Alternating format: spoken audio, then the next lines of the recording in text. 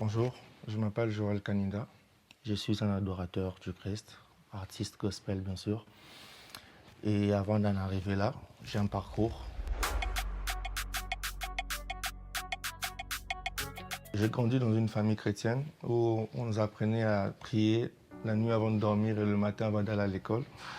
Malgré ça, il y avait aussi ce qu'on appelle l'éducation de l'école ou soit de l'éducation de l'extérieur. Donc j'essayais un peu de faire de petits trucs à l'extérieur, mais quand j'arrivais à la maison, je revenais ce que j'étais, ce qu'on m'apprenait d'être. On me surnommait JKT. Donc j'étais Joël à la maison, mais JKT à l'extérieur. Mais à chaque fois que je retournais à la maison, je revenais Joël. Donc c'est le fait que j'ai quitté mon pays natal et je suis venu en Amérique. C'est là que l'éducation de JKT de l'extérieur de la rue m'a directement rattrapé. Et là, je me suis rendu compte que j'allais peut-être à l'église si j'ai prié parce que mes parents le voulaient. Donc, il m'a fallu 3 ans pour que j'échoue, alors qu'il fallait que je fasse 3 ans pour que je réussisse. Donc, sur les 3 ans que je devais faire au Canada, dans mes études, dans tout ce que je pouvais faire, j'ai récolté les contraires. Pourquoi? Parce que je n'avais pas une bonne vie. Je ne menais pas la vie que je devais mener à la base, en fait.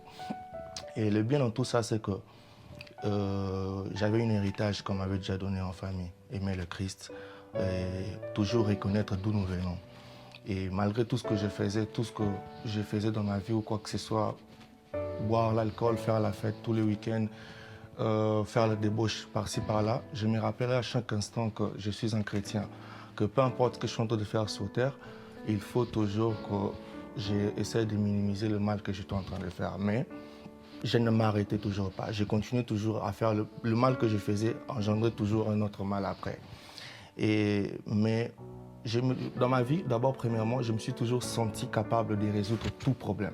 Donc tout ce que je pouvais faire, même conséquence ou pas, je me sentais toujours capable de résoudre tout problème. J'ai eu un accident dans ma vie, je me suis dit, je vais résoudre ces problèmes. J'ai eu un problème à la justice, je me suis dit, je vais résoudre ces problèmes. Mais un jour, j'ai fait face à la mort. C'est là que j'ai senti que personne ici ne pouvait m'aider. Mes parents sont loin de moi. Ma famille, mes frères, ma soeur, toute ma famille, si je dois le dire, ils sont en Afrique. Et quand j'ai fait face à la mort, c'est là que je me suis dit, là, arrivé ici, même moi ou mes parents, personne n'a la force de résoudre ces problèmes.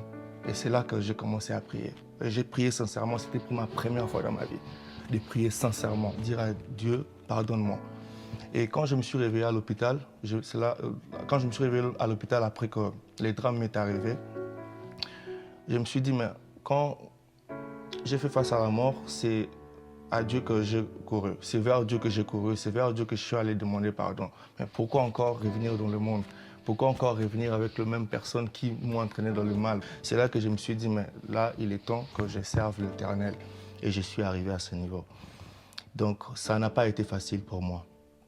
Ça a vraiment été difficile parce que si ça ne dépendait que d'un homme pour me prêcher, je n'allais peut-être pas changer aujourd'hui. Mais il a fallu que Dieu me fasse voir la vraie réalité de la vie. Que quand on est face à la mort, ce n'est pas un père ou une mère qui peut nous sauver, ni un frère ou qui que ce soit qui peut nous sauver. Il n'y a que Dieu qui peut sauver.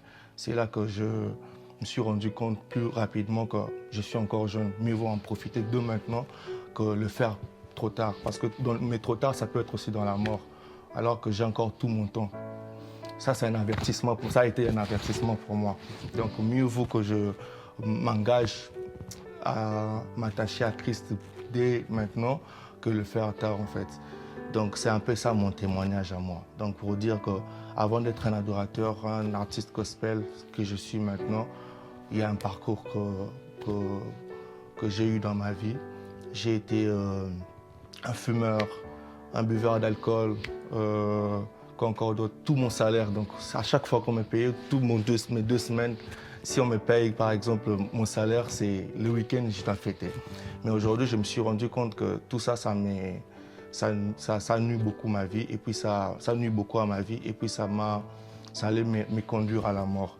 Donc mieux vaut mourir en étant enfant du Christ, en étant serviteur du Christ, que mourir en étant un buveur d'alcool ou un fumeur. C'est un peu ça mon témoignage, et j'aimerais que toi aussi qui suis cette vidéo, tu me rejoignes. Donc, ne fais pas comme moi. N'attends pas que le drame t'arrive pour te rendre compte que le Christ, où tu es, Dieu existe. On a tout notre temps. On peut en profiter, mais en profiter en Christ. On peut profiter de la jeunesse ou bien profiter de la vie, mais en profiter en étant enfant du Christ ou en servant pour le Christ. Parce qu'il y a aussi beaucoup à gagner en étant enfant du Christ qu'en étant dans le monde. Donc, c'est un peu ça. Merci beaucoup.